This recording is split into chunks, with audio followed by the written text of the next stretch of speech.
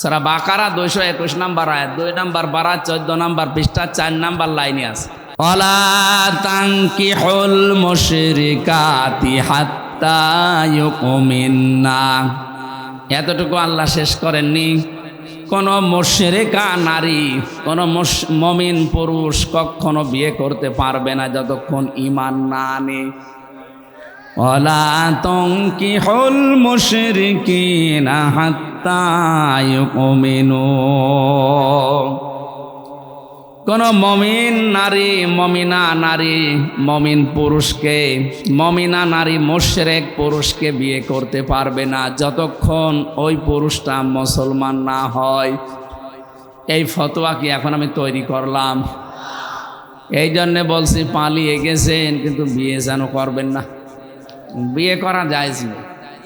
যদিও এই 15.5 বছর আপনারা ছড়িয়েছেন যে আমাদের স্বামী স্ত্রীর সম্পর্ক, এটা যেন মুখেই থাকে, বিছানায় যেন না যায়। এই শেষ বয়সে এসে দাদি নানি হয়ে মরবো আমরা না।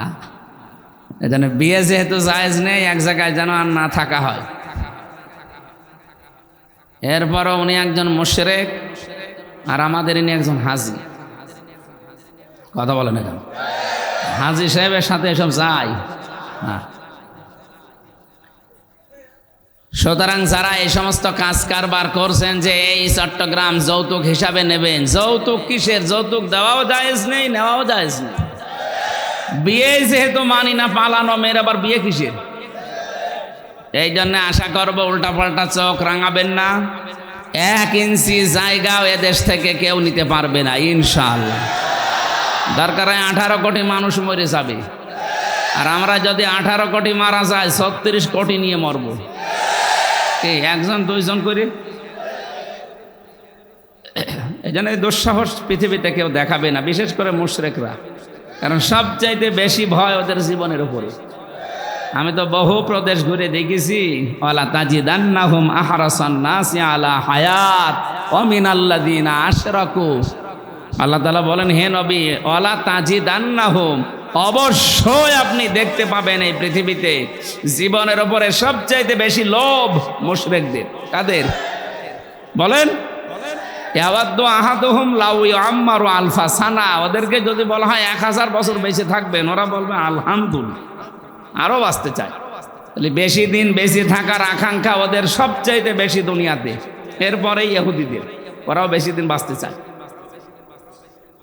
আর মুসলমানদের জন্য পৃথিবীর জঘন্যতম শত্রু এই দুইটা, একটা মুশরিক আর একটা ইহুদি। আল্লাহ রাব্বুল আলামিন বলেন, হে নবী, আপনি পৃথিবীতে 2টা জাতিকে মুসলমানদের জন্য ভয়ঙ্কর এবং নিকৃষ্ট শত্রু হিসাবে দেখতে পাবেন। তার 1 নম্বরে ইহুদি, 2 নম্বরে মুশরিক। দেখেন, তামাম দুনিয়ায় মুসলমানদেরকে কষ্টে রাখার জন্য ইহুদিরা চেষ্টা চালাচ্ছে। এখনো পর্যন্ত ফিলিস্তিনে, গাজায়, এক কথা বলে না কেন, বাকিটা এই যে চলছে এখনো মুশরিকদের কারণে আজ আমরা অনেকেই ঝামেলায় আছি। প্রতিবেশীর দ্বারা মানুষ শান্তিতে থাকে, আর সারাটা জীবন আছি আমরা অশান্তিতে। আল্লাহ জানে প্রতিবেশী থেকে আমাদের হেফাজত করে। এই প্রতিবেশীদের পাশে যতগুলো রাষ্ট্র আপনি দেখতে পাচ্ছেন, পাকিস্তান আছে, চীন আছে, আফগানিস্তানের একটা চিকন বর্ডার আছে, মালদ্বীপ আছে, ভুটান আছে, মায়ানমার আছে। কোন রাষ্ট্রের সাথে তাদের সম্পর্ক ভালো না। প্রত্যেকটা বর্ডারে তারা মার খায়। পাকিস্তানের বর্ডারে মার খায়, চীনের বর্ডারে মার খায়, নেপালের বর্ডারও মার খায়, মায়ানমারের বর্ডারও মার খাস। আর আফগানে গেলে তো সবাই করবে। যত ঝামেলায় আছে আমরা, শুধু আমাদের মারে। এই জন্য বলছি, মায়ের যখন খাওয়া শেষ হয়ে গেছে, এখন কিন্তু মায়ের দেওয়ার সময়। ইউকাতিলুনা ফি সাবিলিল্লাহি ফায়াকতুলুনা ওয়া ইউকতালুন। রব্বুল আলামিন বলেন, তোমরা লড়াই করো, লড়াইয়ের ময়দানে আগে মারবা, এরপরে মরবা। ভয় দেখাচ্ছেন যে যুদ্ধ লেগে যাবে। এই যে একটা হকার সাংবাদিক আছে না কলকাতার, রঞ্জন, ময়ূর রঞ্জন, এর যে মনে কি দুঃখ ও নিজেও বোঝে না, বলছে বাংলাদেশ থাকবে না, না আর থাকবে না। না থাকলো তো আপনার কি? আপনার এত দুঃখ মনে, যুদ্ধের ভয় দেখায়। আরে ভাই, যে জাতি যুদ্ধের জন্যই তৈরি হয়েছে, কিন্তু অন্যায় ভাবে না। যুদ্ধ আমরা করি, অন্যায় যেখানে যুদ্ধ সেখানে। কুতিবা আলাইকুমুল কিতালু ওয়া হুয়া কুরহুল লাকুম। যুদ্ধ কিতাল এটা আমি আল্লাহ লিখে দিলাম, কারণ আল্লাহ পাকে কিতালের পক্ষে। এই কারণে দুনিয়াতে এমন অনেক কিছু আছে যেখানে শুধু কোরআন শরীফ, বুখারী শরীফ দিয়ে হয় না, বাকারি শরীফ লাগে। আর এরা যা জাতি, এদেরকে কিছু দিয়েই হবে না যতক্ষণ বাখারি না দেবেন। কথা বলেন না কেন? ওরা যেভাবে মারতে চায় পৃথিবীর মানুষকে, ওরা যেইভাবে মারতে চায়, আমরাও ঠিক ওইভাবে যদি একটু এগিয়ে যাই। ওরা বলেছিল চিকিৎসা দেবে না, বাংলাদেশে একটু হুমকি দিয়েছে, ঠিক আছে 5টা হাসপাতাল বানাবো বিশ্বমানের। ইসলামী ব্যাংক সহ দেশের যতগুলো ইসলামপন্থী ব্যাংক আছে এদের দায়িত্ব দেন। ডক্টর মোহাম্মদ ইউনুস যদি বলে 5টা আন্তর্জাতিক মানের, বিশ্বমানের হাসপাতাল বানানো লাগবে এই দেশে, ভারতে আমাদের যাওয়ার দরকার নেই। ওরা এমনি টেনশনে মরে যাবে। দেখেন নাকি লাফানো লাফাচ্ছে, 40 ভাগ ছাড় দিয়ে দিলাম। কারণ ওদের সবচাইতে বেশি ভয় মরণের। কিসের? বলেন বলেন। এই জন্য মরণ যেখানে, এরকম একটা জিনিসের ভয় দেখাতে হবে। এমনি ওরা নরম হয়ে যাবে। এটা আল্লাহ শিখিয়েছেন আমাদের। ঔষধগুলো আমরা এতদিন অ্যাপ্লাই করি নাই, কারণ এতদিন যারা ছিল 5-8 গোলাম। অথচ এখন আপনি ছড়াচ্ছেন বিশ্বের বিভিন্ন দেশে যে আমরা নির্বাচিত ছিলাম, আমাদেরকে উৎখাত করা হয়েছে। এই মিথ্যা কথা আর বলবেন না। এই 12-13 দিন আরো বেশি বলছি। বিশেষ করে এই ট্রাম্প পাস করার পরে মনে হচ্ছে যে ওদের যৌবন ফিরিয়ে এসেছে। ওটা কিন্তু আপনার দোলা ভাই না? হ্যাঁ, এই মিথ্যা কথা একজন হাসি মানুষ বলে কি করে যে আমি নির্বাচিত ছিলাম, আমাকে উৎখাত করা হয়েছে। আপনি নির্বাচিত ছিলেন, ঘোড়াকে জিজ্ঞাসা করেন, ঘোড়াও আসবে। কথা বলেন না কেন? এই জন্য 8 সাল থেকে 24 সাল পর্যন্ত যারা নির্বাচনের নামে প্রহসনে, কেউ এমপি, কেউ মন্ত্রী, কেউ মেয়র, এদের নামের নিচে যদি লেখা থাকে সাবেক এমপি, এটা জায়েজ নেই। কি আমরা তো ভোট দিতে পারি না, আপনি সাবেক এমপি, সাবেক মন্ত্রী লিখবেন কোন কারণে? সুতরাং 8 সাল থেকে 24 সাল পর্যন্ত যারাই নির্বাচনের নামে প্রহসন করে পাশ করিয়ে এখন লিখতেছেন সাবেক এমপি, এতটুকু লিখতে পারেন সাবেক চোর। এতটুকু লেখা যায়, এটা লেখা যাবে না? সাবেক চোর না, আরেকটু বেশি করে লেখেন সাবেক ডাকাত। কারণ আপনি ভোট ডাকাতি করেছেন, এটা দুনিয়ায় প্রমাণ আছে। আমার সাথে যে ওসি ছিল সে নিজে বলিস যে আমি নিজে রাত 12টার পর থেকে ফজরের আজান পর্যন্ত নিজে লোকজন দিয়ে আমি ভোট কেটেছি। ফজরের আজান দিলে এগুলো বাক্স ভর্তি করে জায়গা মতো পাঠিয়ে দিয়েছি। এতটুকু শেষ না, আমি গোসল করে ওযু করার পরে 2 রাকাত নামাজ পড়ে বলেছি আস্তাগফিরুল্লাহ। হুজুর আমার এই তওবা কি হয়েছে? না। আপনার কিসের তওবা? আপনি কি আল্লাহর কাছে দোষ করেছেন যে আস্তাগফিরুল্লাহ পড়ছে? আল্লাহর কাছে কেউ অপরাধ করলে কি পড়বে? বলেন বলেন। আপনি দোষ করেছেন আমার মতো হামজার কাছে। একটা এমপি বানাতে 3 লাখ, 3.5 লাখ, 4 লাখ, 5 লাখ মানুষ লাগে। একটা মানুষকে আপনি রায় দিতে দিলেন না, তাও দিনের ভোট করলেন রাত্রে। আমার মনে হয় ফেরেশতারা ওই দিন হাত গুটিয়ে বসেছিল যে কি গো, আমরা কি লিখবো? দিনের ভোট দিনে এটা লিখবো কখনো, তো রাতেই হয়ে গেল। পৃথিবীতে ফেরেশতারা, এই পৃথিবী তৈরি হওয়ার পরে আজ পর্যন্ত এত আশ্চর্য হয়নি। 24 সালে যত আশ্চর্য হয়েছে। ফেরেশতাদেরও চিন্তায় টেনশনে, কি গো এ কোন দেশে আসলাম? ঘোষণা দিলে যে সকালে নির্বাচন হবে, আরে রাতেই সব করে ফেলছে, আমরা লিখবো কি? এই জন্য সারা দেশের একই অবস্থা। যেহেতু আপনারা নির্বাচিত ছিলেন না, এই মিথ্যা কথা আর লিখবেনও না, ছড়াবেনও না। আপনি যেটা সেটা লেখেন, সাবেক চোর সাবেক ডাকাত লিখতে পারেন। আর এই 8 সাল থেকে 24 সাল যারা টাকা নিয়েছেন রাষ্ট্রের এমপি মন্ত্রী হয়ে, এই টাকা সব রাষ্ট্রকে ফেরত দেওয়া লাগবে, কারণ এই টাকা সব জনগণের না। চোরের যে বিধান আছে, চোরের বিধান কি? যদি এইটা রাষ্ট্রীয়ভাবে আজ কায়েম থাকতো, বলেন তো এই যে দরবেশের হাত থাকতো, কত 2-1 টাকা না 36,000 কোটি টাকা চুরি করছে। ওর হাত তো 2টা না, আরো যা আছে সব কাটা পড়ে দিত। এই জন্যেই তো চাই না ওরা যে কোরআনে কারিমের বিধান রাষ্ট্রীয়ভাবে কায়েম হোক, কারণ জানে যদি এইটা কায়েম হয় আমি যা করেছি আমার হাত থাকার কথা না। এই জন্য প্রতিবেশীদেরকে আমরা আহ্বান জানাবো, উত্তম আচরণ করলে তাকে প্রতিবেশী বলা হয়। নবীজি বলেন, জিবরাইল এত বেশি আমাকে প্রতিবেশী সম্পর্কে ওসিয়ত করেছে, শেষ পর্যন্ত মনে করলাম জমি জায়গার ভাগ আবার দেওয়া লাগে নাকি। আর আপনারা কি করছেন? মিথ্যা কথা মিথ্যা তথ্য ছড়িয়েই যাচ্ছেন প্রতিনিয়ত।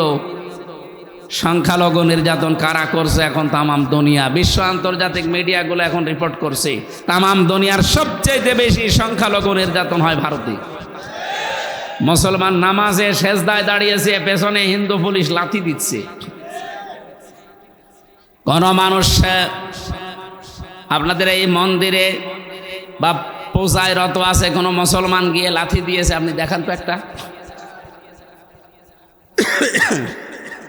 বিশ্ব সাম্প্রদায়িক সম্প্রীতির যে দৃষ্টান্ত, এটা আমরা দেখাতে পেরেছি। মন্দির পাহারা দিয়েছে মুসলমানেরা। এই জন্যে নরম ভাষায় বললাম, এটা রেকর্ড হয়ে যাচ্ছে।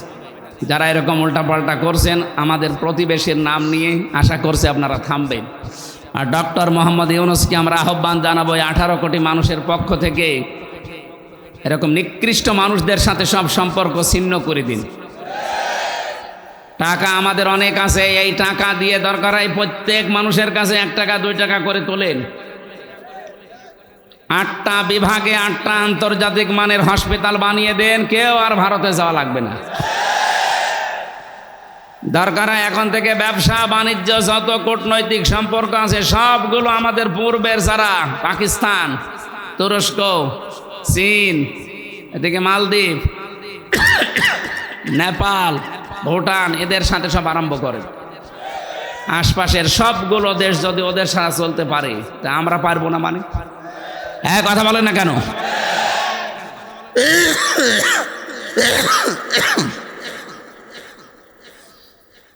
কোরআনে কারিমের এই অনুষ্ঠানে আমরা আজকে এসেছি তাফসীর শোনার জন্য। আমরা তাফসীর আকারে কথা বলবো। অন্যায় যেখানে প্রতিবাদ সেখানে এটা মুসলমানের নীতি। আমাদের যেহেতু এখন হাতে ওই ক্ষমতা নেই, মুখে আল্লাহ একটু দিয়েছে, এই জন্য মুখের প্রতিবাদ জানালাম। এইটাও যারা জানায় না তাদের যেন অন্তরে তাদের ঘৃণা থাকে। অন্তরও যদি ঘৃণা এই অন্যায় দেখে না করে, ও যদি বলে আমি সফি, ওর তো ইমানই নেই, ও সফি কিসে? এই 15.5 বছরে যারা প্রকাশ্য অন্যায় অত্যাচার জুলুম দেখার পরেও যে বিভিন্ন পীর সাহেবগুলো, বিভিন্ন ইমামগুলো, খতিবগুলো, বড় বড় ওয়াইজেনগুলো কথা বলে নাই, এদের ইমান নেই, এগুলো বেঈমান।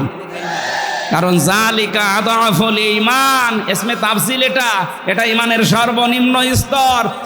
একটা মানুষকে বিনা কারণে বাড়ি থেকে ধরে নিয়ে যাচ্ছে, বিনা কারণে বাড়ি থেকে ধরে নিয়ে মিথ্যা মামলা দিয়ে, মিথ্যা সাক্ষী দিয়ে বছরের পর বছর তার ছেলে রেখে জীবনটা নষ্ট করে দিচ্ছে। আপনি বড় একজন বক্তা, বড় ইমাম, বড় খতিব, আপনি বড় পীর সাহেব, দেশের কিচ্ছু বলেননি, মনে মনে ঘৃণা করবেন তাও করেননি, আরো খুশি হয়েছেন। আল্লাহর কসম আপনার ইমান নেই। কথা বলেন। 48,000 পীর একবারে যদি রাজপথে নেমে বলতো যে একটা আলেমকেও যেন না ধরা হয়, এদেশের এমনিতে আলেম নির্যাতন বন্ধ হয়ে যেত। কোন পীর রাজপথে নেমেছে? একটা পীরকে দেখান যে 2-1টা নামে তাদেরকে উল্টাপাল্টা জিনিস দিয়ে আরো ভেতরে ঢুকিয়ে দেয়। নামবে, আমরা যদি 48,000 একবারে নামতাম কেউ সাহস পেত না।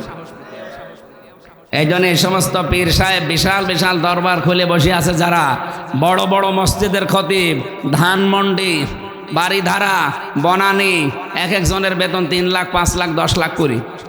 এদের ইমানই নেই।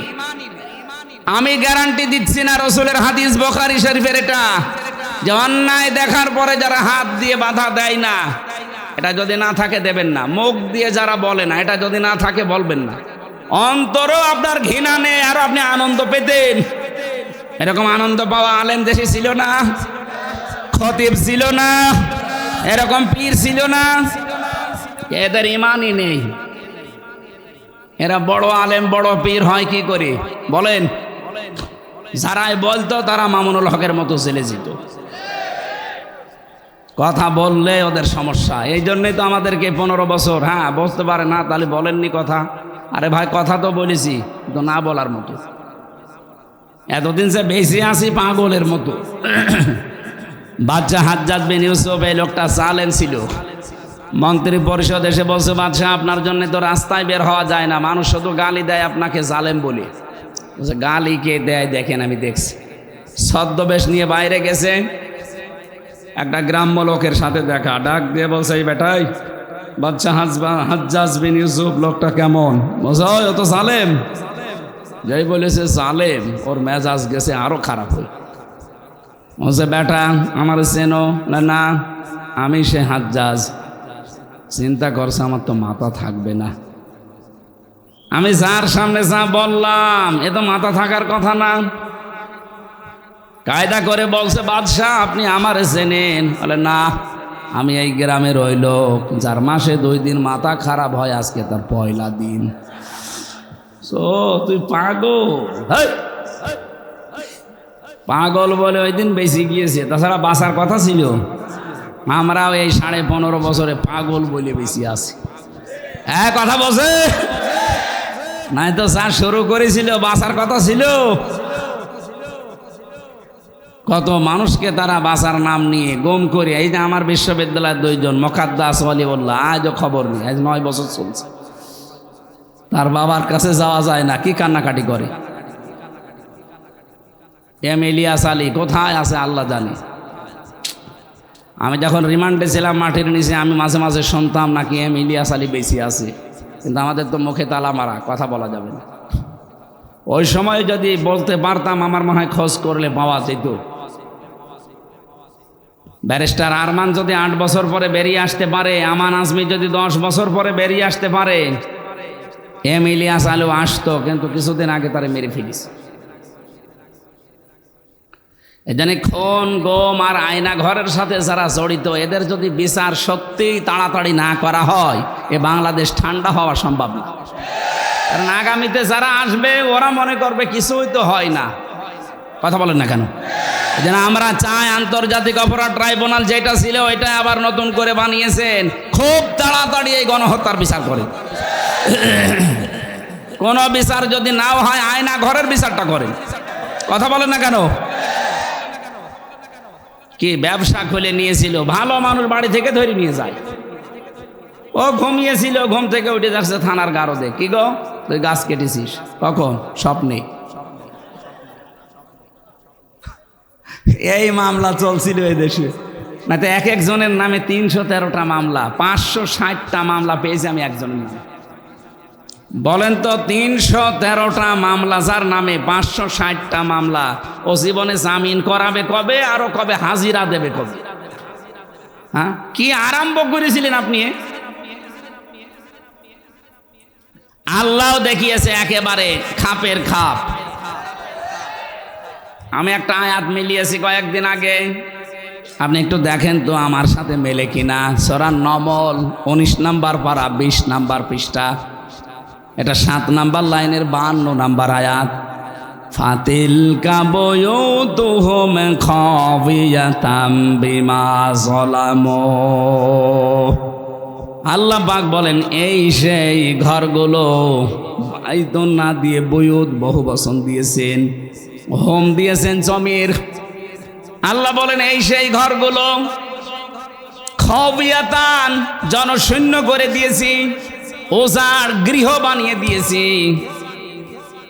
পরিত্যক্ত করে দিয়েছি, বিমা যালামু এদের জুলুমের কারণে। আমার তো আয়াতটা পড়ার পরে 2024 সালের 5 আগস্টের সাথে আমি মিলিয়েছি, মিলে গেছে। আপনি দেখেন জালেমদের যত বাড়ি ছিল, অফিস ছিল, সবগুলো জনগণ মাটির সাথে মিশিয়ে দিয়েছে। আমার কুষ্টিয়ার হানিফের বাড়ি এখন টয়লেট হয়ে গেছে। মানুষজন 3-4 জন 5 জন করে যায় একসাথে, যে এদিকে কেউ এদিকে কেউ এদিকে কেউ এদিকে, মনে হচ্ছে যে ম্যাশিং সবই চালাচ্ছে, জামাতবদ্ধ টয়লেট চলছে। এই তো 5 দিন না 6 দিন আগের পত্রিকা, ঢাকার যে বাড়িটা এত আবেগের বাড়ি ছিল, যেখানে জুলুমের দুর্বিসন্ধি হইতো, এক কথা বলছেন এখানে, যেখানে মানবতার বিরুদ্ধে বিরোধী দলের উপরে ষড়যন্ত্রের চিন্তা ভাবনা চলতো, যেখানে সেই বাড়িটার দিকে তাকান, আল্লাহ যেন খবিয়াতান পরিত্যক্ত বানিয়ে দিয়েছে।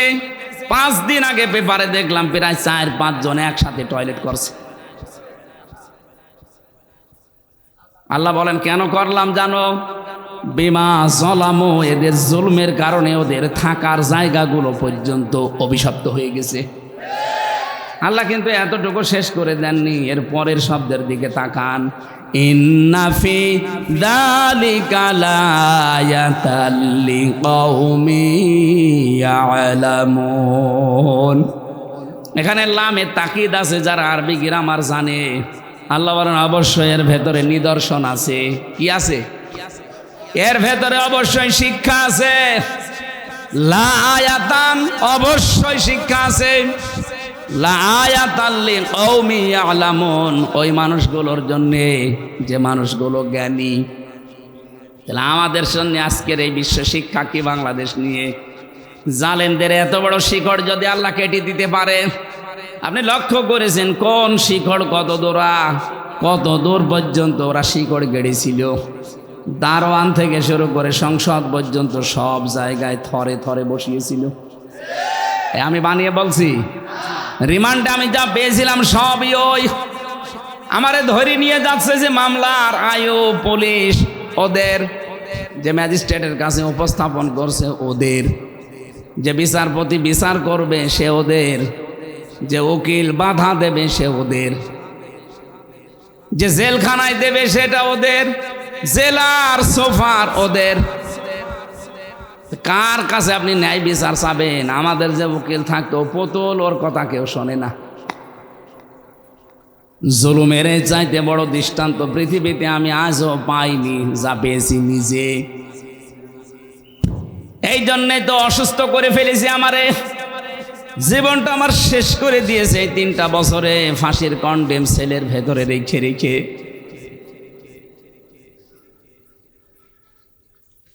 স্বাভাবিক হতেই পারি না। এখনো পর্যন্ত ঔষধ চলছে, কিন্তু এখনো আমার মাথা স্বাভাবিক না। কথা বললে আমার কণ্ঠে এবং মাথায় ব্যথা আসে। আপনি যা করেছেন ভেতরে আমার সাথে, শুধু আমি না, আলেমদের সাথে যা খাওয়িয়েছেন, এই খাবারের ভেতরে আমার মনে হয় কিছু মিশানো ছিল। ওরা এমনি খাবারে কিছু মিশায়, তেঁতুল দেয়, তেঁতুল প্রত্যেক খাবারে তেঁতুল দেয়, যেন মানুষের যৌবন নষ্ট হয়ে যায়।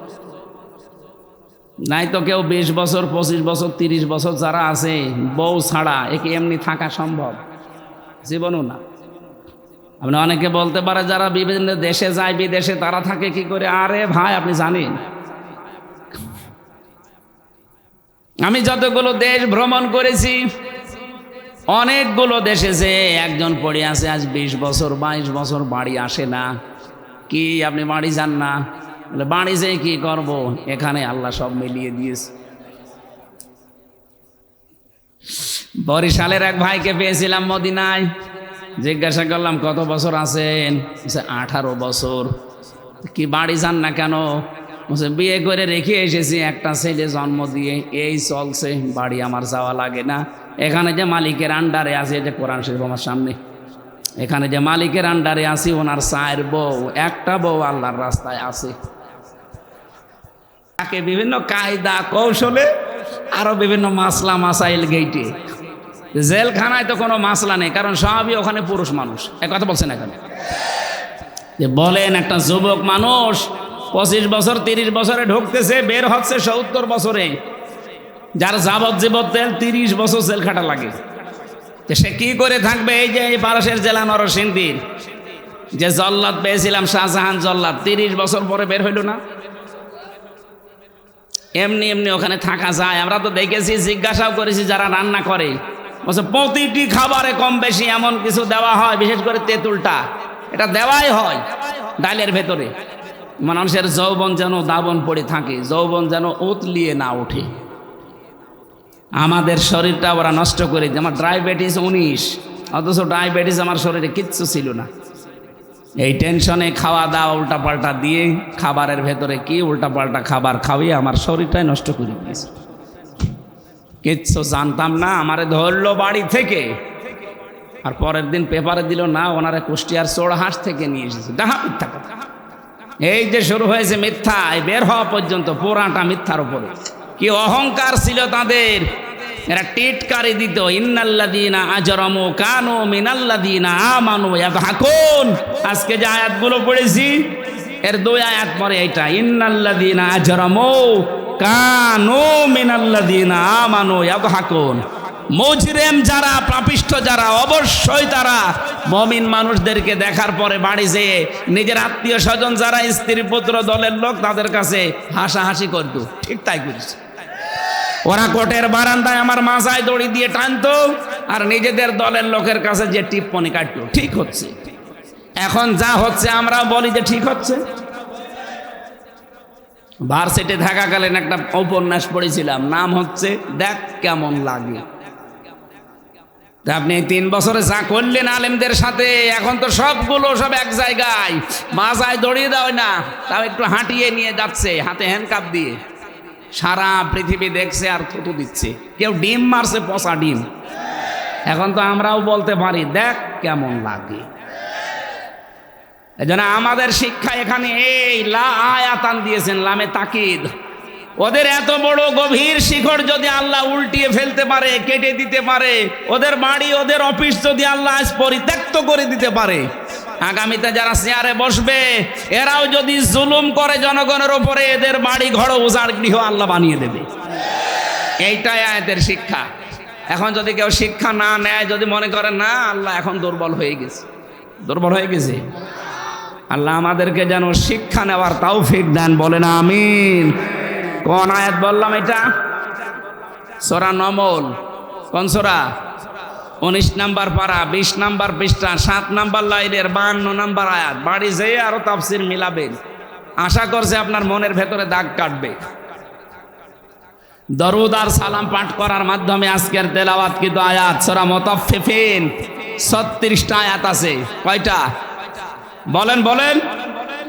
আমরা পড়েছি 21, 22, 23, 24, 25, 26। এই আয়াতগুলো পড়লাম, তাফসীর আকারে আমরা এবার কথা বলতে আরম্ভ করব ইনশাআল্লাহ। আল্লাহ রাব্বুল আলামিন বলেন মুতাফফিফিন, এই সূরাটার নাম মুতাফফিফিন। তাফফিফ শব্দের শাব্দিক অর্থ হচ্ছে ওজনে কম বেশি করা।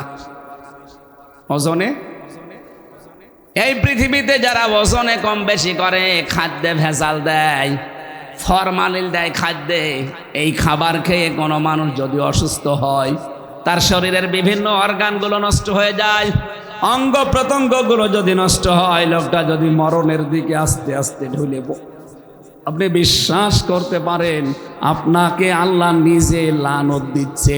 বলেন নাউজুবিল্লাহ। আমরা অনেকেই মনে করি যে ইসলাম মানে নামাজ, ইসলাম মানে রোজা, ইসলাম মানে হজ করা। না, ওগুলো পরে। ইসলামের বেসিক 2টা বিষয় আগে, একটা হচ্ছে সত্যবাদিতা আর একটা ন্যায় পরায়ণতা। কথা বলেন না কেন? বিশ্বনবী নামাজ আরম্ভ করেছিলেন 53 বছর বয়সে। কত বছর বলেন বলেন? 53 বছর বয়সে উনি গেছেন মেরাজে, সেখান থেকে নামাজ আনলেন। এর আগে উনি নামাজ পড়েছেন না? এর আগে তো সূরা ফাতিহা নাজিল হয়েছিল 40 বছরে, কিন্তু উনি নামাজ তো পড়েননি। কারণ নামাজ নিয়ে এসেছেন কত বছর বয়সে? 53 বছর বয়সে তিনি মেরাজে গেলেন। কি বলেন ইসলাম আমার তো বুঝে আসে না। আপনি তো ইসলাম নবীজির কাছ থেকে নেবেন।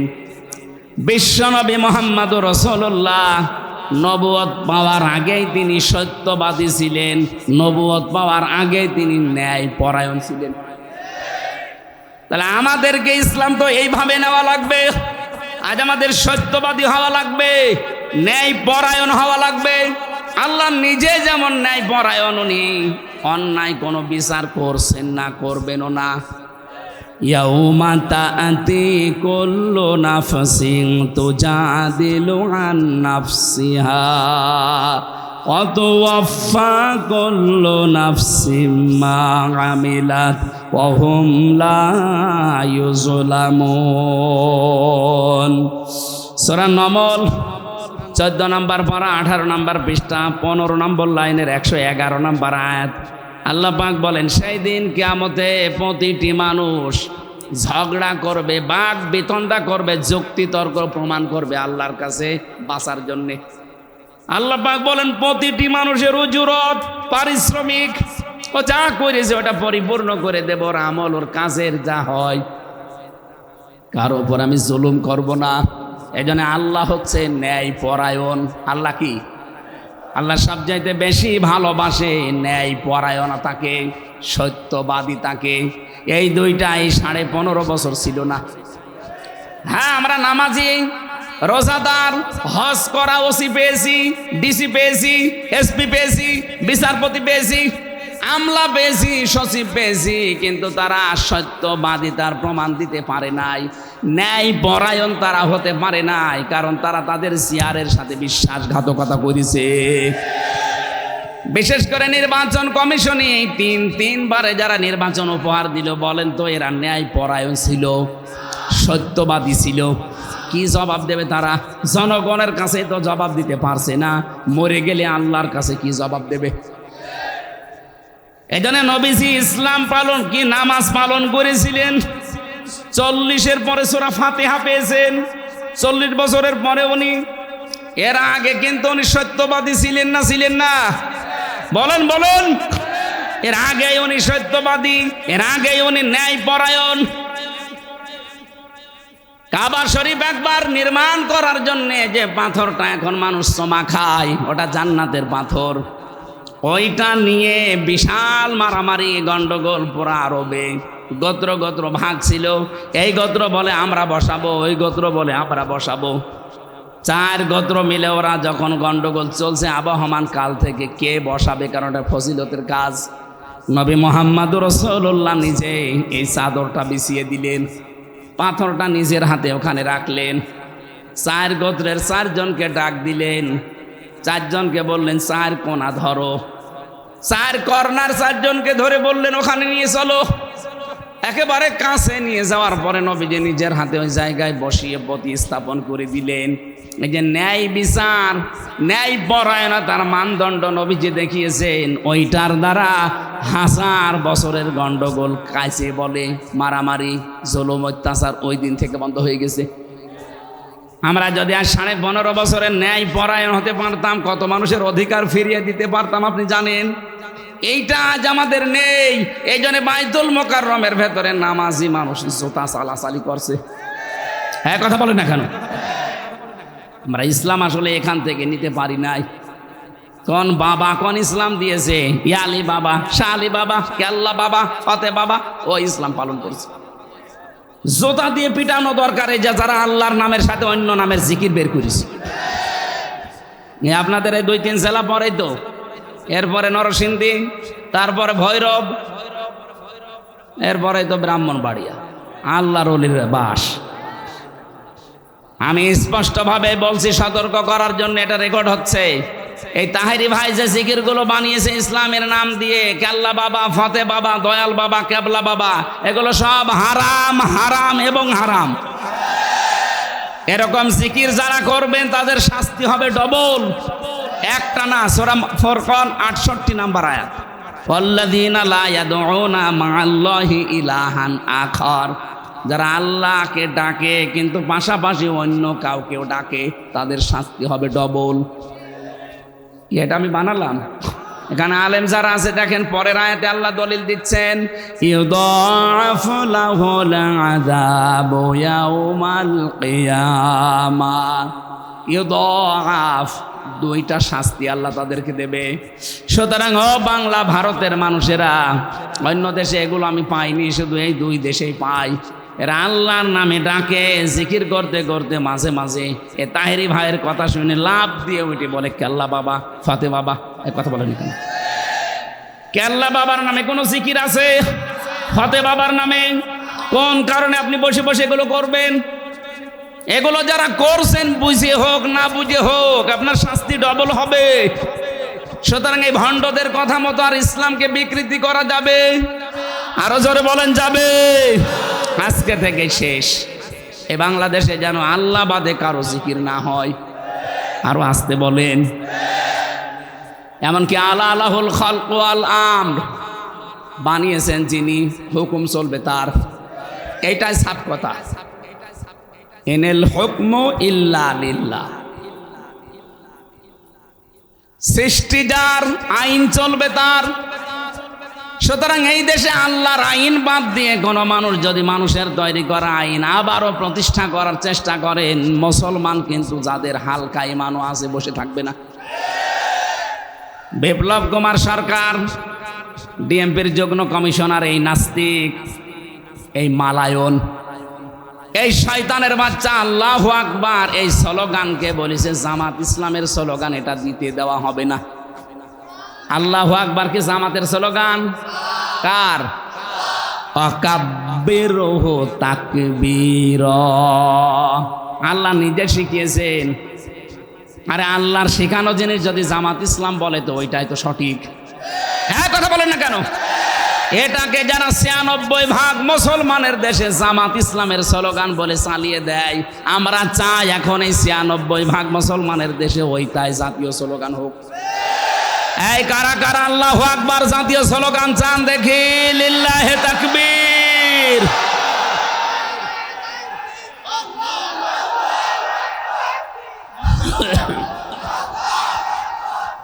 আলহামদুলিল্লাহ ভাই।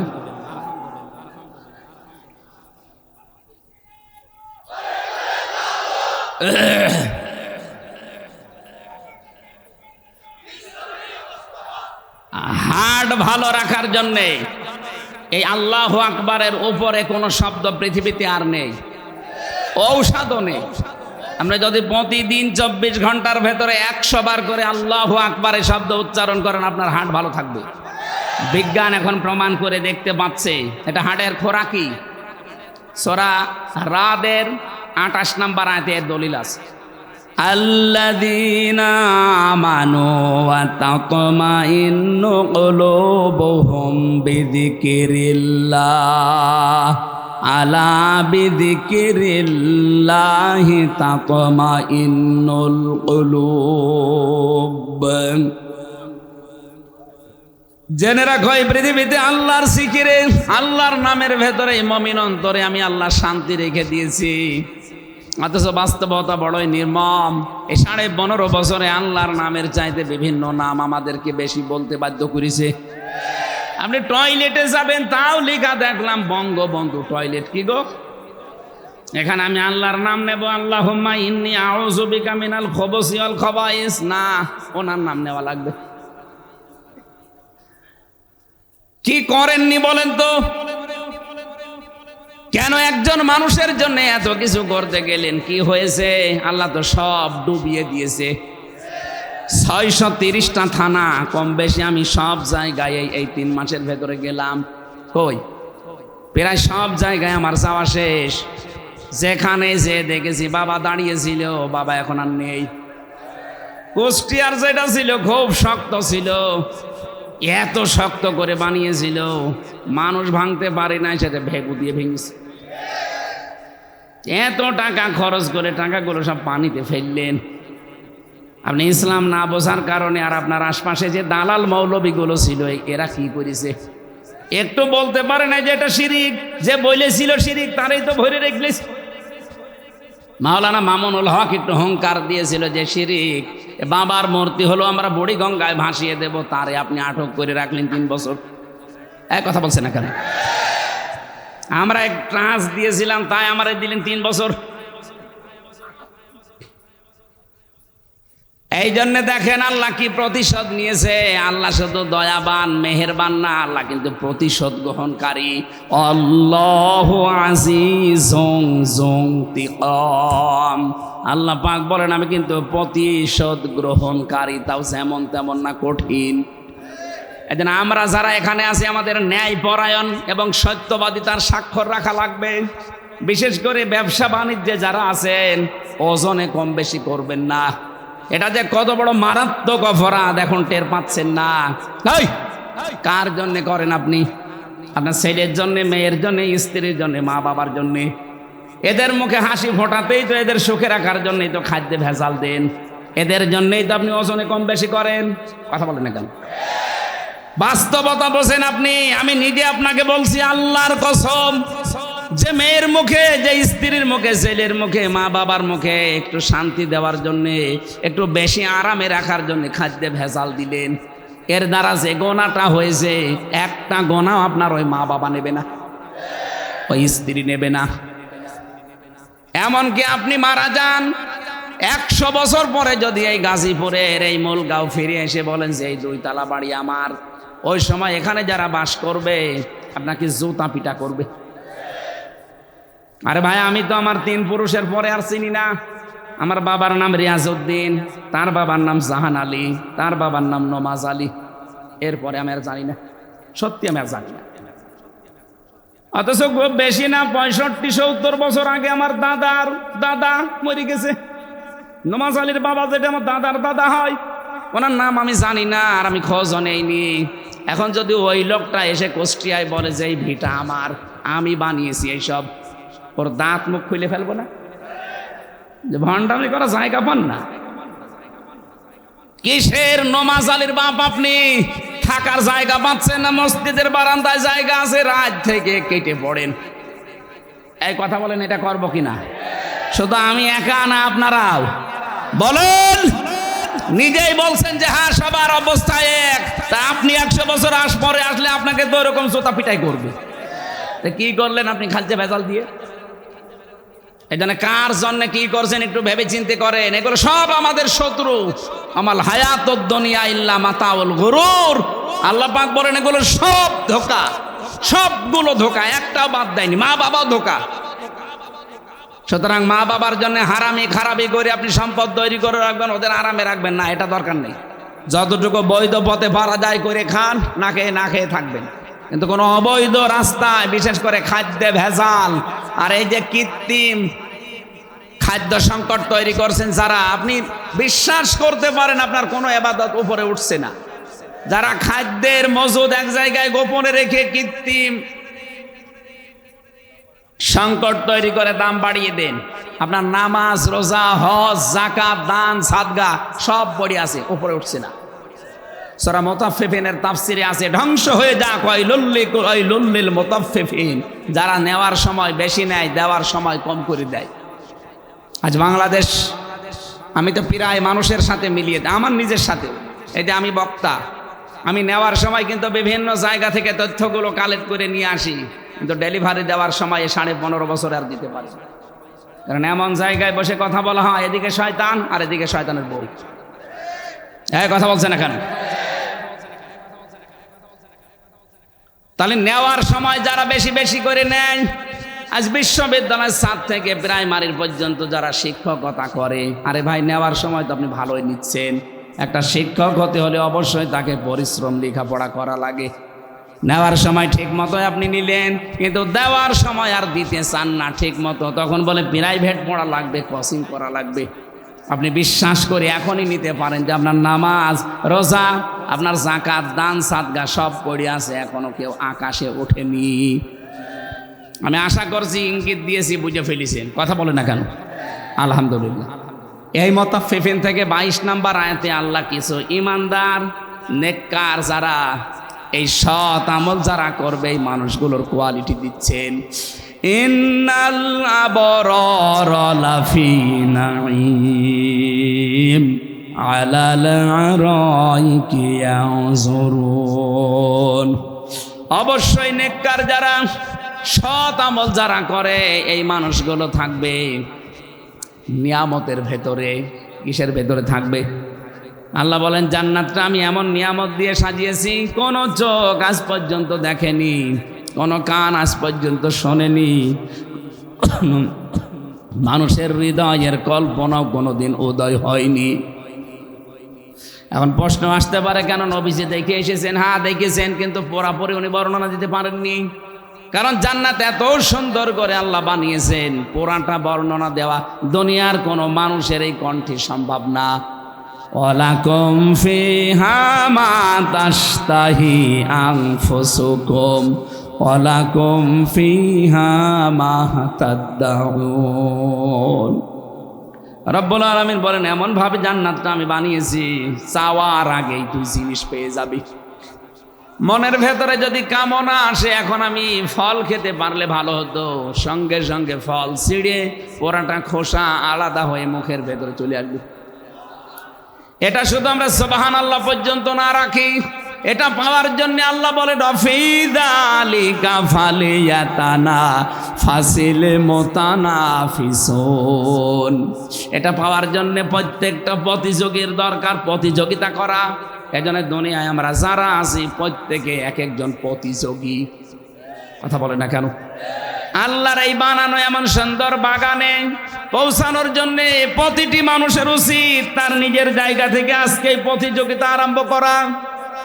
সূরা সাফফাত লিমিসলি হাদা ফালিয়ামালিল আমিলুন। প্রতিটি সাধকের উচিত তারা যেন এই বাগান পাওয়ার জন্য সাধনা করে। আজকে থেকে আমরা প্রতিযোগিতায় নামবো কিনা বলেন? বলেন বলেন, কার জন্য আর কতদিন পাগলামি করবেন? আমি আমার স্ত্রীর সাথে ভালো ব্যবহার করি, এটা আমার আখিরাতের জন্যে। আমার মা বাবার সাথে আমি ভালো ব্যবহার করি, এটা আমার আখিরাতের জন্যে। আমার সন্তানকে আমি মানুষের মতো নেককার মানুষ বানাতে চাই, এটা আমার আখিরাতের জন্যে। কথা বলেন না কেন? আমি আমার মা বাবাকে চাই না যদি তারা আমার আখিরাতের পথে বাধা হয়ে দাঁড়ায়। আমার বউ আমি বাদ দিতে 100 বার রাজি আছি যদি দেখি যে না এরা আমার আল্লাহ রসুলের পথে বাধা হয়ে দাঁড়ায়। কারণ কেউ কারো হবে না, শুধু চোখ বন্ধ হতে দেন। ফাইদা নুফিখা ফিস সূরি ফালা আনসাবা বাইনাহু।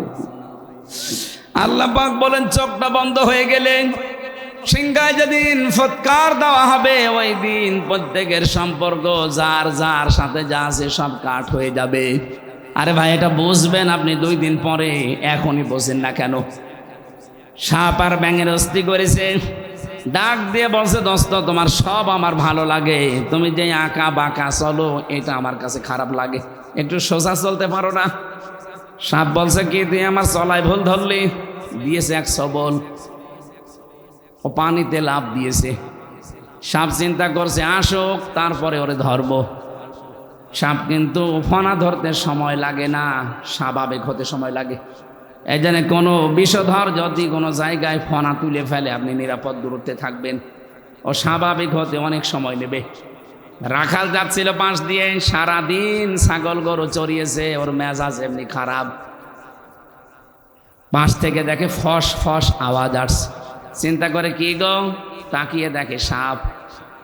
এমনিতেই সাপ দেখলে মানুষ মারতে যায়, আর ওর তো রাগ হয়ে আছে, ওই গরু মারা লাঠি দিয়ে আচ্ছা করে পিটিয়েছে, ধাইনের আলের উপরে একেবারে সোজা করে রেখে দিয়েছে। ব্যাং চিন্তা করছে বন্ধুর কোনো খবর নেই, কই ওইটা দেখছে ষাট হয়ে পড়ে আছে। পাশে যে বলছে হাউ আর ইউ, কি অবস্থা, কোনো নড়াচড়া নেই, লাথি দিয়েছে, নড়াচড়া করিস না। তারপরেও নড়াচড়া নেই। ব্যাং বলছে এইটাই আমি চেয়েছিলাম, যে আঁকা বাঁকা চলো না, সোজা চলো, দেখতে ভালো লাগবে। ও বন্ধু তুমি সোজা হইলে ঠিক, কিন্তু মরার পরে। তুমি যদি এই সোজাটা মরার আগে হইতে তাহলে আজকে 60 হয়ে পড়ে থাকা লাগতো না। কথা বলেন ঠিক কিনা? আপনাকে যখন ঠিক 3টা বাঁধন দিয়ে চকলেটের মতো মুড়িয়ে সোজা করে ফেলে রাখবে, ছেলে যখন দাঁড়িয়ে বলবে আমার বাবার যদি কোনো পাও না থাকে আপনারা মাফ করে দিয়েন, না আমাকে বলে, তখন টের পাবেন সোজা আপনি হবেন আজ হোক কাল হোক, কিন্তু সোজা মরার পরে হয়ে লাভ আছে। এক্ষুনি আমাদের উচিত আর দুনিয়া মাজরাতুল আখিরা, আখিরাত হচ্ছে দুনিয়াটা আখিরাতের শস্য ক্ষেত। এখান থেকে আপনি যা যা তৈরি করে নিয়ে যাবেন, সত্যি কথা বলছি, ওইটা ওখানে পাবেন। আপনার বাইরে যদি কিছু না থাকে, জেলখানায় যে যেমন কষ্ট পাওয়া লাগে, আমি দেখেছি ওখানে গোল্ডেন মনির ভাই ছিল, কোটি টাকার সম্পদ, এজন্য ভেতরেও জান্নাতের মতো ছিল। আর আমরা যারা গরিব মানুষ যাদেরকে দেখেছি, যাদের বাইরে সেমন সম্পদ নেই, কেস চালাতেই পারে না, তাদের ভেতরের অবস্থা খুব খারাপ। জেলে থাকার পর এটা অনুধাবনটা আমার আরো বেড়েছে যে বাইরে যাদের সম্পদ আছে তারা ভেতরেও আরামে আছে, আর বাইরে যাদের সম্পদ নেই, গরিব মানুষ, ওই মানুষগুলো ভেতরে খুব কষ্টে আছে। সরকারি খাবার যা দেয় তাই।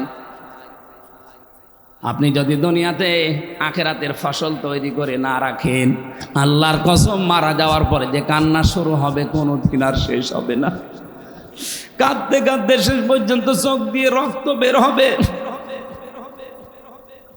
আল্লাহ রাব্বুল আলামিন বলেন এর বিপরীতটা দেখো, যে মানুষগুলো সৎ আমল করে, নেক আমল করে, দুনিয়ার জীবনটা ত্যাগ করতে পারবে, এ মানুষকে আল্লাহ এমন জায়গায় বসাবেন, আলালা আরাইকি ইয়ানজুরুন, এই মানুষগুলো আল্লাহ পাকে একেবারে সম্মানিত জায়গায় বসে নজর করতে থাকবে। কিয়ামতে লক্ষ লক্ষ কোটি কোটি মানুষ বিচারের জন্য দাঁড়িয়ে আছে, আর 7 প্রকার মানুষকে আল্লাহ নিজে আরশের ছায়া তলে স্থান দিয়ে দাঁড় করিয়ে বসিয়ে মাছের কলিজা দিয়ে খাবার খাওয়াবে। এর ভেতরে প্রথমে নামাজি, রোজাদার, হজ করা, পর্দায় থাকা, এরকম কোনো কথা হাদিসে নেই। প্রথম নাম্বারে নবীজি বলেন আল ইমামুল আদেল, যে ব্যক্তি দুনিয়ায় ন্যায় বিচার কায়েম করতে পারে, ন্যায় পরায়ণ বাদশাহ, তাকে আল্লাহ ওই জায়গায় রাখবে। নামাজের কথা দেয়নি, রোজাদারের কথা দেয়নি, পর্দা আছে করে তার কথাও দেয়নি। এই জন্য যে যেখানে আছেন, ন্যায় বিচার কায়েম করার জন্য চেষ্টা করা লাগবে। আমি এখানে একটা তথ্য বলছি, দেখেন তো আপনারা জানেন কিনা। হযরত আদম আলাইহিস সালামকে আল্লাহ যেই দিন তৈরি করেন, ফেরেশতাদেরকে বলেছিলেন সেজদা দাও, দেয়নি। কি শুধু একজন দেয়নি, শয়তান। আল্লাহ পাক বলেন তুমি শয়তান সেজদা দিলে না কেন?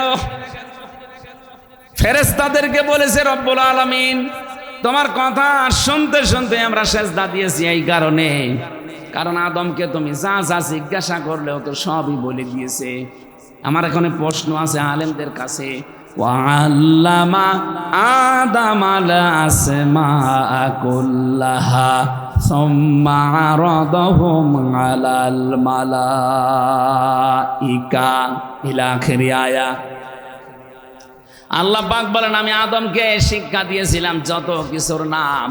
এই যে আল্লামা আদামাল আসমা, এসএমের বহু বচন আসমা। আমরা অনেকে মনে করি ওই ক্লাসে মনে হয় আল্লাহ আদমকে শিখিয়েছিলেন আলু, পটল, ঝিঙা, ঝাল, নাকি? না, আরে ভাই ক্লাস নিচ্ছে সরাসরি কে?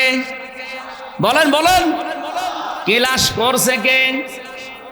আপনি কি চিন্তা করতে পারেন ক্লাস নিচ্ছে আল্লাহ সরাসরি, আর ক্লাস করছে তাও আমাদের মতো সাধারণ মানুষ না, একজন নবী, সর্বপ্রথম মানুষ। এমন একটা গুরুত্বপূর্ণ ক্লাসে আল্লাহ আলু, পটল, ঝিঙা, ঝাল এগুলো শিখাবে? বলেন কি শিখিয়েছেন? যত ন্যায়, যত অন্যায়, এর মূল থিওরিগুলো আল্লাহ ওই দিন তাকে শিখিয়েছেন।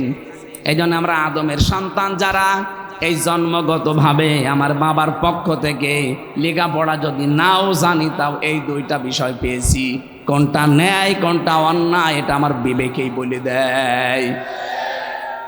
এই জন্য ন্যায় এবং অন্যায়ের প্রথম শিক্ষা ওই এক ক্লাসে আল্লাহ দিয়ে দিয়েছে। এই কারণে আদমের দাম বেশি। নূরের ফেরেশতাদেরকে দিয়ে আদমকে সেজদা দিয়েছে এই একটা কারণে। এখন যদি আপনি সেই ন্যায় প্রতিষ্ঠার জন্য কাজ না করেন, সত্য এই পৃথিবীতে কায়েম করার জন্য, অন্যায়গুলো বন্ধ করার জন্য আপনার কোনো ভূমিকা না থাকে, তা আপনাকে আল্লাহ কোন কারণে সম্মান দেবে বলেন আপনি? আমি আশা করছি আপনি বুঝেছেন, না বোঝার ভান করে থাকবেন না। এ কথাটা বোঝার চেষ্টা করেন, একেবারে সহজ। কত মানুষ দুনিয়ায় লেখাপড়া জানে না, তাহলে সে ন্যায় অন্যায় বোঝে কি করে? ওই যে আদম নবীর ক্লাসে আল্লাহ এক ক্লাসে সব দিয়েছিলেন, আর আমরা ওনার সন্তান, সেই হিসাবে জন্মগতভাবে আমরা পরস্পর পেয়ে গেছি। আপনি লেখাপড়া না শিখলেও কোনটা অন্যায় কোনটা ন্যায় সেটা কিন্তু জানেন। কথা বলেন না কেন? যেটার জন্য আপনার সম্মান বেশি, মর্যাদা বেশি, সেই কাজে আপনি আজ নেই। দুনিয়াতে ন্যায় প্রতিষ্ঠার কাজ করা, অন্যায়গুলো বন্ধ করা, এটা মানব জীবনের 1 নাম্বার কাজ। আর এইটাকে আজ আমরা অনেকে রাজনীতি মনে করে ছেড়ে দেই। আপনি কিসের মানুষ? কথাগুলো কড়া হয়ে যাচ্ছে না? এটা আমার দরকার। আজ বাংলাদেশে যদি এটা সবাই আমরা বুঝতে পারতাম যে আমার আসল কাজ ন্যায় প্রতিষ্ঠা করা, অন্যায় বন্ধ করা। এই জন্য তো ডাক্তার শফিকুর রহমান ঘোষণায় দিয়ে দিয়েছে, দেশে যদি ইসলাম আসে এই সাদাবাজি জীবনের মতো বন্ধ হয়ে যাবে। এটা একটা অন্যায় কাজ না? কত রকমের জুলুম হয় এই সাদাবাজির দ্বারা আপনি জানেন। প্রতিটি জায়গা আজ দখল করে সাদাবাজি চলছিল, এমন কোন জায়গা নেই ফকিরের কাছেও সাদাবাজি করে শয়তান। সারাদিন ফকির 200 টাকা ভিক্ষা করে, তার 30 টাকা নেয়। গাজীপুরে আছে কিনা আমি জানি না, এগুলো আমার কুষ্টিয়ায় ছিল যে একটা মানুষ বাড়ি বানাবে, বড় ভাই আসে, মেজো ভাই আসে, ছোট ভাই আসে, বলে মিষ্টি খাওয়া লাগবে।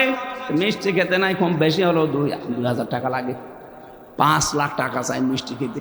মনে হচ্ছে মিষ্টি মনে হয় আড়স থেকে বানিয়ে নিয়ে আনবে।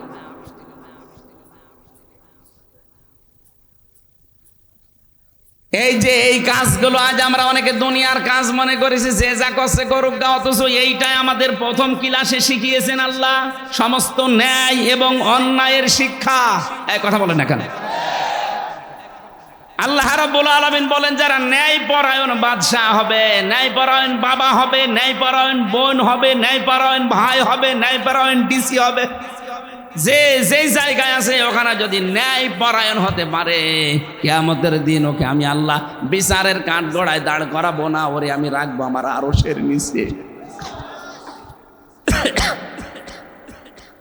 তারিফু ফি ওজুহিহিম নাযরাতান নাঈম। রব্বুল আলামিন বলেন যে চেহারার ভেতর একটা গ্লেস মারবে। এটা চান না আপনি এই প্রতিযোগিতায় নামতে যে আমার চেহারা কিয়ামতে কোটি কোটি মানুষের সামনে? নাকি কিয়ামত বিশ্বাস করেন না? কথা বলেন না কেন? বিশ্বাস আমাদের 100 ভাগ যদি থাকতো আমরা তো প্রতিযোগিতায় নেমে পড়তাম। কিয়ামতের দিন যদি এই লোকটার চেহারা গ্লেস মারে, তা আমি কি হয়েছি? আমি তো ওর মতোই। কার জন্য আমি কি করে যাচ্ছি?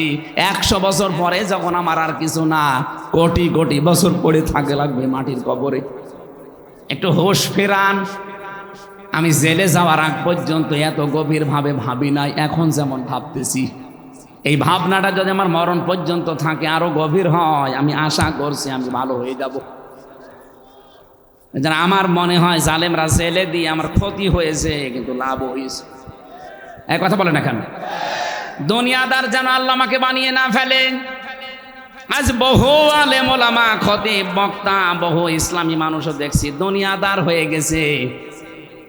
এদের কাজের ভেতরে ইখলাস নেই, এই জন্য আল্লাহ উপরে তোলে না। খালি লোক দেখানো, লোক দেখানো। কেন এগুলো লোক দেখাতে হবে? কোন কারণে? আজকে এক আলেম এক তথ্য দিল আমার কাছে তো আশ্চর্য লেগেছে। এটা যে সত্যি তো আপনি দেখেন কেমন লাগে। ফেসবুকে যারা স্ট্যাটাস দেয় যে আজকে অমুক জায়গায় মাহফিল, অমুক জায়গায় প্রোগ্রাম, কালকে অমুক জায়গায়, পরশুদিন তমুক জায়গায়, 4 দিনের প্রোগ্রামের জন্য উত্তরবঙ্গ দক্ষিণবঙ্গে চললাম। এমনকি হজে যাওয়ার আগে অনেকে দোয়া চায় লোক দেখানোর জন্য। এক কথা বলছেন এখন? কার্ড ছাপিয়েছে, কার্ডে নাম দেবে দেন, নামের আগে 3 লাইন ডিগ্রি দিয়েছে। মোসাদ্দেদে জামান, ভারতের কামান, হাওড়ার সেতু, যমুনার ব্রিজ। কেন এত কিছু দেওয়া লাগবে কেন? আমি তো যত জায়গায় বলি শুধু আমার নামটা লিখে দেবেন। যেহেতু মানুষ মুফতি আমির হামজা না বললে চেনে না, এই জন্য বলে মুফতি আমির হামজা কুষ্টিয়া, এই শেষ। নামের আগে পরে কোনো ডিগ্রি দেওয়ার দরকার নেই। এতটুকু শেষ করে আমি সুস্থ অবস্থায় যেন আবার আপনাদের ভেতরে ফিরে আসতে পারি, এই দোয়া চাই। এটা দোয়া চাওয়া না, এটা লোক দেখানো ইবাদত। এই তালিম কে আপনাকে দিয়েছে? এটি বর্তমানে সবচেয়ে ভয়ঙ্কর ভাইরাল হওয়ার ভাইরাস। এটা ভাইরাল হওয়ার ভাইরাসে ধরেছে আমাদেরকে। আমার কুষ্টিয়ার অনেকগুলো আলেমকে দেখতে পাচ্ছি দাওয়াত যেহেতু পায় না, কি করবে? 1 মাস পরে যদি একটা দাওয়াত কোনো জায়গায় পায়, উনি বাড়ি থেকে বের হওয়ার সময় 8 লাইন লিখে দিয়েছে যে আমি অমক জায়গায় আজ যাচ্ছি কোরআনের দাওয়াত নিয়ে। তোর বলার দরকার কি? শয়তান, তোর বলার দরকার কি? এর ভেতরে যদি একটু রিয়া চলে আসে, তোর যাওয়া আসা সব পাপ হবে, সব পাপ হবে। আর রিয়া আসবে, এটা স্বাভাবিক। অধিকাংশ আলেমগণ এই ভাইরাসে আক্রান্ত। তারা মূলত তারা সবগুলোই ধান্দাবাজিতে লিপ্ত। আজ আমাদের গুলো উপরে উঠতে চায় না, একটাই কারণ, আমাদের সব ভাইরাস ধরেছে, ভাইরাল হওয়ার। নরসিংদীর এক হুজুরকে দেখেছিলাম, ওয়াজ করছে, আজ সিলেট, কাল চট্টগ্রাম, এরপর কি আন্দাজে বলে। তার এসব বলার দরকার কি? কোরআনের মাহফিলে কোরআনের কথা বলেই তো সময় শেষ হয় না, কথা বলে না কেন? আমি শুধু উদাহরণ দিলাম এই জন্যে, কারণ অধিকাংশ মানুষ আছে এই ভাইরাল হওয়ার ভাইরাসে আক্রান্ত হয়ে দুনিয়া শেষ করে ফেলছে।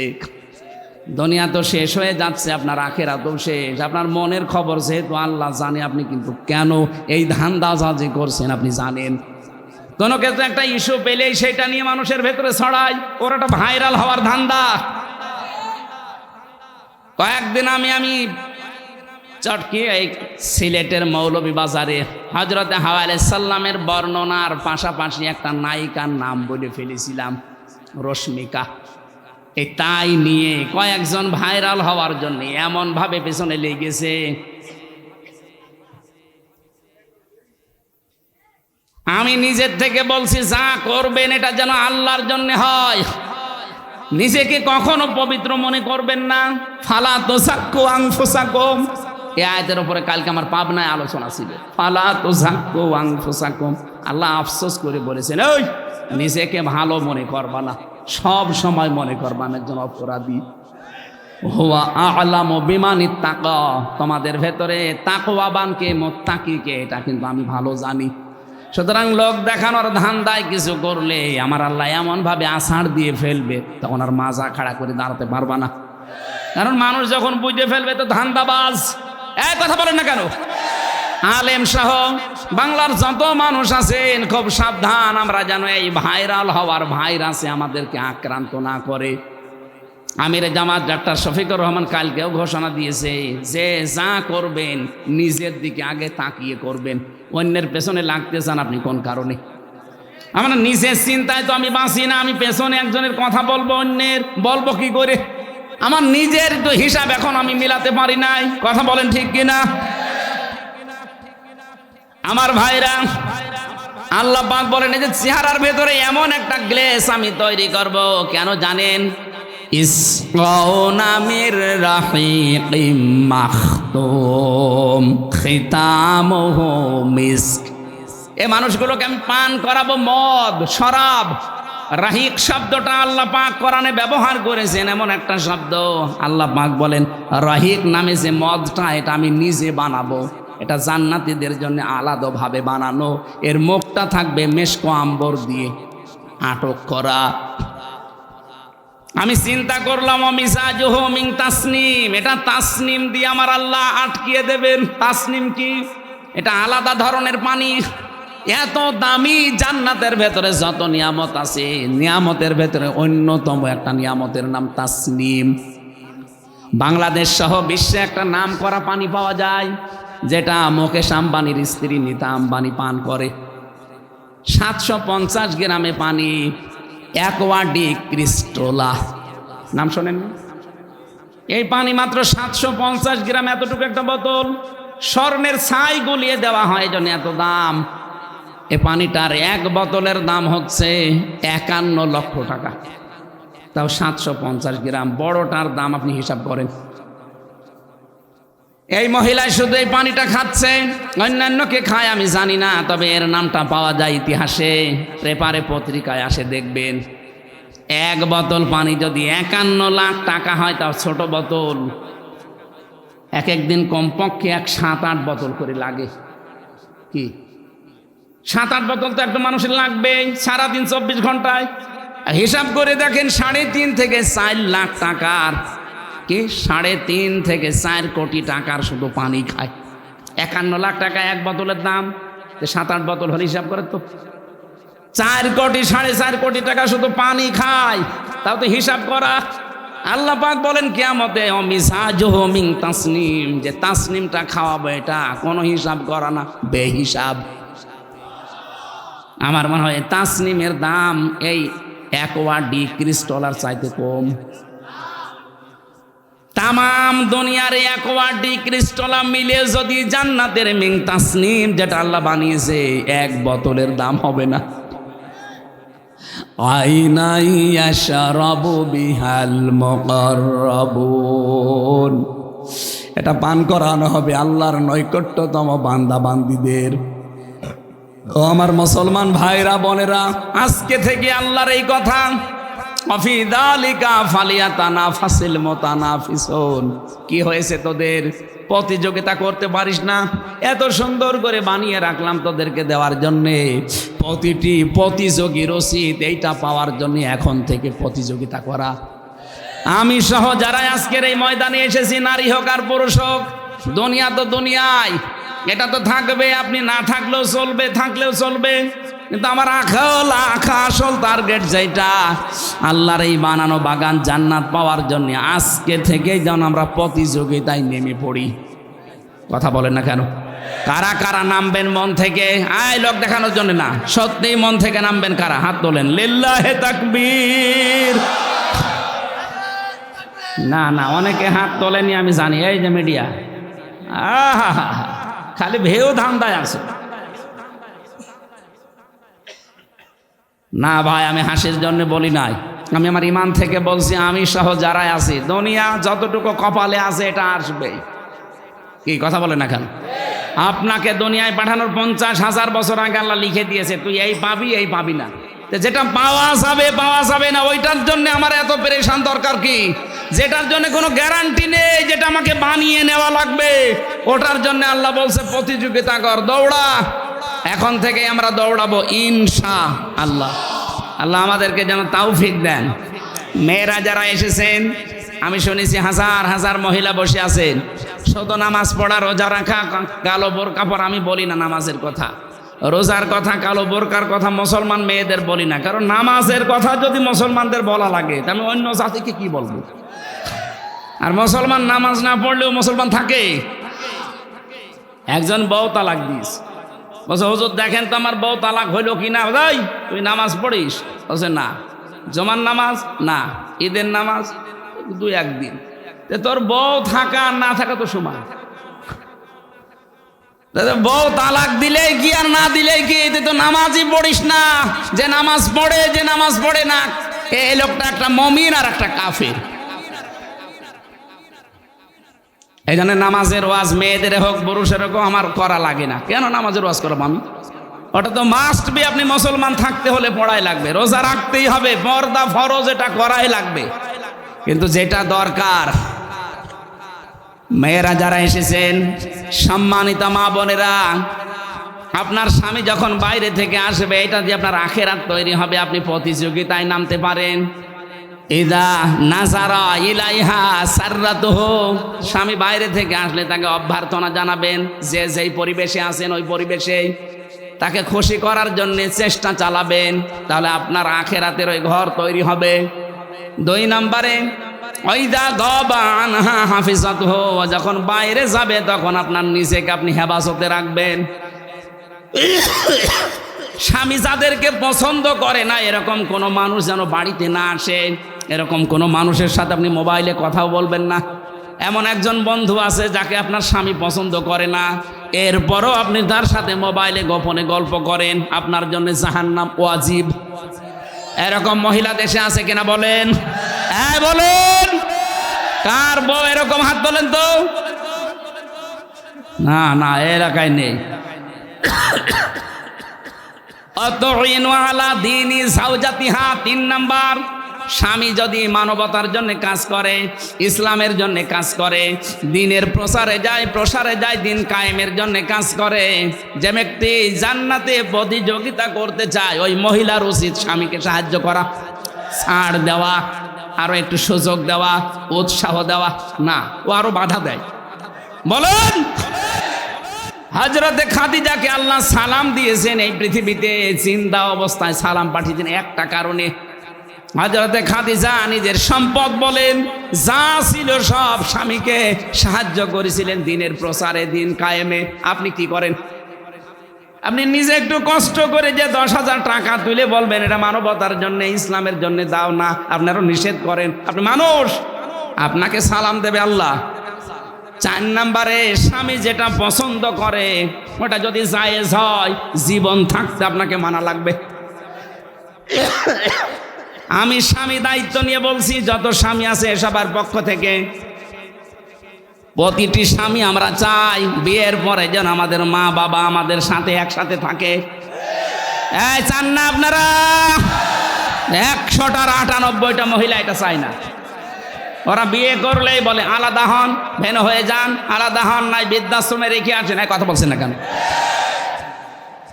আপনি নামাজ দিয়ে রোজা দিয়ে কালো বোরকা দিয়ে জান্নাত পাবেন না। মেয়েরা রাগ করে আমার উপর, হুজুর শুধু আমাদের কথাই বলে। আরে ভাই, আপনাদের ভালোবাসি বেশি। আমি দেখতে পাচ্ছি আপনি জাহান্নামে যাচ্ছেন। স্বামী যেটা চায় আপনি চান না, কোন কারণে চান না? আপনি কি থাকতে পারবেন 100 বছর পর? আমি চাই আপনার আখেরাত তৈরি হোক। ছাতা এমনিও থাকতে পারবেন না, কয়দিন পরও এমনিও থাকতে পারবেন না। চলে যখন যাওয়া লাগবে, যাওয়ার আগে আখেরাতের এই প্রতিযোগিতায় লিপ্ত হন। স্বামী যেটা পছন্দ করছে ও চায় যে ওর মা বাবা ওর সাথে থাকবে, খেয়ে থাক না খেয়ে থাক সাথে থাকবে। আপনার কারণে আজ আমরা বৃদ্ধাশ্রমে রেখে আসি, আলাদা করে দেয়, খোঁজ খবর নেই না, টাকা পয়সাও দিতে পারি না। এই কথা বলছেন না কেন? মনে করছেন যে না হুজুর মনে হয় না, আমারটা এরকম না। আমারটা আল্লাহওয়ালা এবং শিক্ষিতা এবং ওই ধর্মের এবং ওই রকম পরিবারের মেয়ে। ও আরো উদ্বুদ্ধ করে আমাকে দিনের কাজে।